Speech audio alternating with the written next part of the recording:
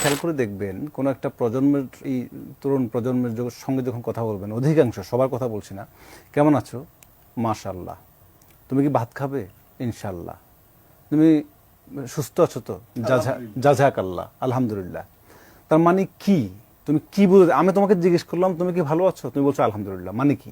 তুমি বলো আমাকে যে আমি ভালো, ভাইয়া ভালো আছি, কিংবা আঙ্কেল ভালো আছি। কোরআন শরীফে আল্লাহই বলেছেন স্পষ্টভাবে বর্ণিত যে আমি বহু ভাষা সৃষ্টি করেছি বৈচিত্র্য হিসেবে, আমার নিদর্শন হিসেবে। তো তোমরা যে ভাষায় বাংলায় জন্মগ্রহণ করে বাংলায় কথা না বলে, বাংলায় শিক্ষা না নিয়ে আরবিতে শিক্ষা নিচ্ছ, তোমরা কি খোদাদ্রোহী নও? তোমরা কি আল্লাহর বিরুদ্ধে দাঁড়াচ্ছ না, কোরআনের বিরুদ্ধে দাঁড়াচ্ছ না?